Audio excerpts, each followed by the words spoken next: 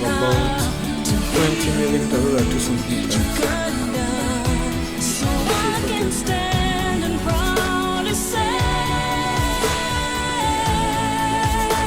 Okay, we have what like this will be. I'm going to make it wood. Maybe what we need. Let us just chamfer these edges. So we need to we'll feel like let me see the chamfer. We'll increase the radius. And increase the radius by 100. Go to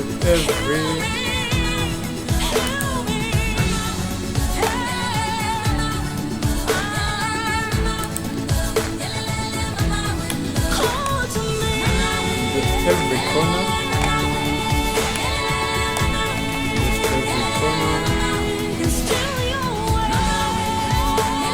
Chamfer it.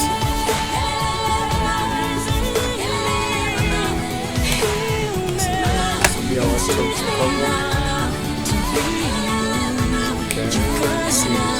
Then you also need to add appearance to it. Like earlier I said, could make it wood. So go to appearances, go to organic, then we go to wood. There are different types of wood that you can use. Here we have beech, you have ash, you have beech, you have cherry, you have mahogany. Mahogany is quite it's dark. Let me see beech. Let me see maple. How will maple come out? Maple, that's maple. Let me see pine. Pine, oak. It's not about the colors on the surface. It goes beyond nice. the Let's try land another that I one. have trodden. Let me see cherry. It goes before me Okay, everywhere I go. cherry is not bad. Can go with this. So after having this, there's several parts. Call it table.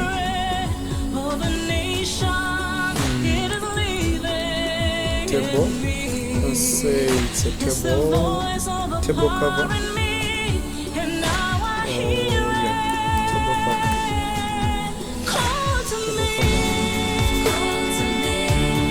You can't save. Once this is done, you can now assemble these two, and then we have our simple project, quite partially almost done. So we can even just from here instead of an open new, then this time now open a new assembly. So we will assemble the frame and the top cover. Then we come up with a table. So this is the assembly environment. Go to the assembly menu. What do we need? Let's bring the top frame. Just double click on it. Then try dragging to the workspace, to the work environment, to the workspace. This one. Then what else do we need?